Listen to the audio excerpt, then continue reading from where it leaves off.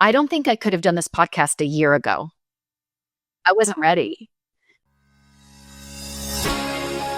Welcome to Unpacking Pain, a podcast dedicated to understanding the complexities of chronic pain, what causes it, how it affects our lives, and what we can do about it.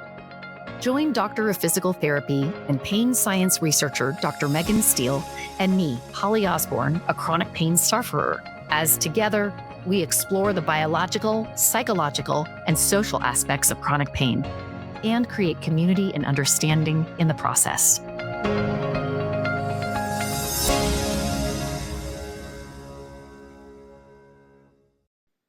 So we thought we'd give a little bonus episode to tell you a little bit more about ourselves and how the Unpacking Pain podcast came about. I am a early career researcher, it's called. So I've been in a PhD program since 2020. I've been a practicing physical therapist since 2014 and involved in research in some way since 2019, but I didn't start my PhD until 2020. And I went to an early career researcher congress, a pain science congress in Las Vegas, and we kept talking about how much misinformation there is online about pain and these quote unquote pain specialists that are all over the place. And everyone agreed that one of us needed to get online to share evidence-based information that was fact-based, that was relevant, that was helpful for both clinicians and people suffering from chronic pain. And then everyone also agreed that they did not want to do it. And so ultimately I did it, and I started my Pain Science Prof Instagram and started sharing more about the evidence behind persistent pain. And that is where I met Holly.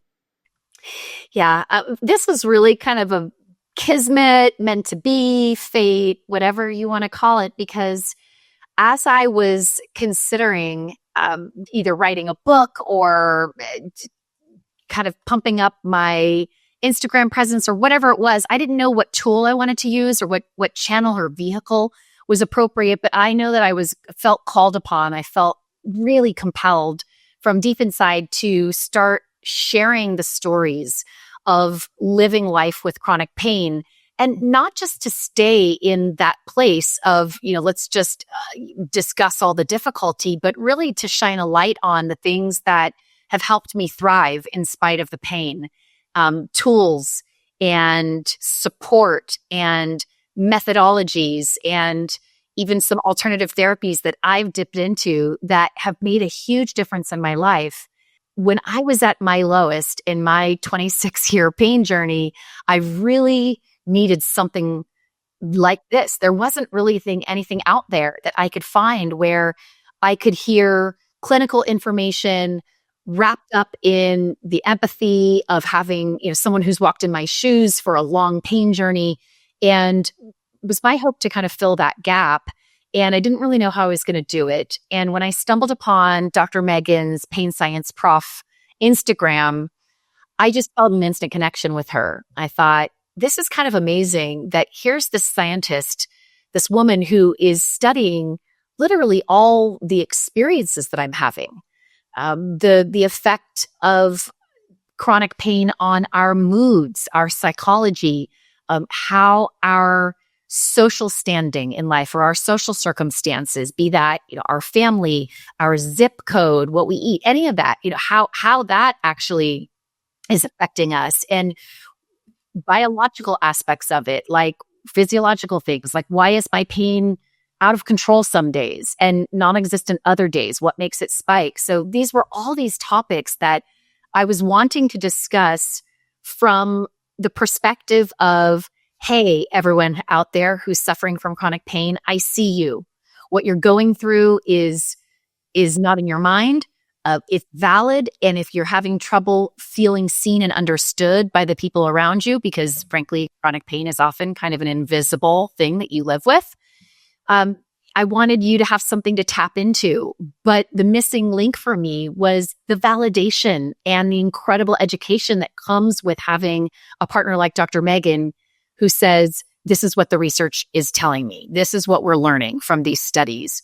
I think it's really critical that we become students of our pain so that we can kind of take some of this power back. And like Dr. Megan likes to say, knowledge is power. So, I did it the old fashioned way. I slid right into her DMs. The old and said, yeah, what up, buttercup?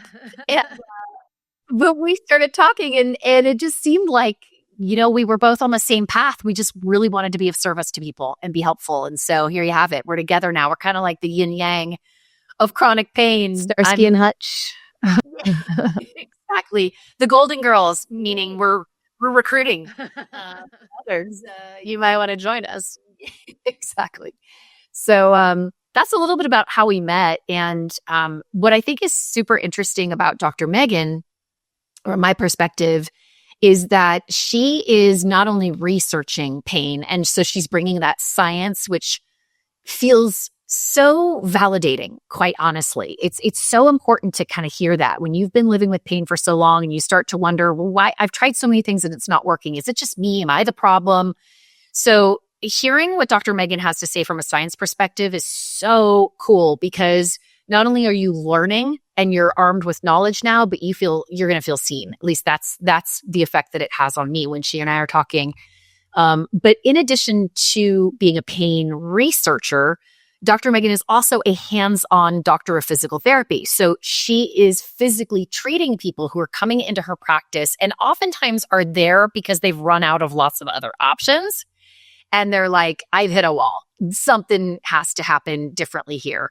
And so she's not only this brilliant researcher, but she's got her hands on people. She's working with people directly. So, just being able to kind of bring our two stories together and sort of riff on each other has been really rewarding. And we're glad that you guys are here for it. Yeah, absolutely. And I think I will never be someone that doesn't have a footprint in a clinic, even if it's not my clinic.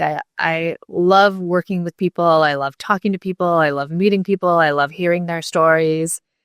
And I love being able to help them. And I thought early in my career, I wanted to teach. And so I started teaching about 4 years into being a physical therapist. There was a TA position that opened at Mount St. Mary's where I graduated from. And I started helping out with the orthopedic pathology course in the first year of physical therapy school. And then I started getting to help with the pain science course. And I've since taken over those courses. So those are mine. I teach Doctor of Physical Therapy students in their first year and in their third year. And that felt like, okay, I can magnify my impact here. I could teach people one-on-one. I could treat people one-on-one. But if I can train the physical therapists of the future, I have 35 kids in my class every year. I call them kids. They're like 26-year-olds, but yeah. And so then they take this knowledge, right? And every year in the pain science class, you get a couple that are really interested, that are going to pursue, more knowledge and learning and understanding of this. And just like, some of them will go towards pediatrics, some of them will go towards sports, and, there's room for everyone. But I thought, well, okay, if I can get some of this in the literature, then all of the physical therapy schools across the country will teach this. And it has started, not because of me, obviously, but, pain science is going to be on their board exams. It is on their board exams at this point, actually, in the year of our Lord 2025. Yep, here we are. So they're being tested on it. They need to have this knowledge. And the majority of physical therapy schools, still not all, unfortunately, are teaching this coursework in part.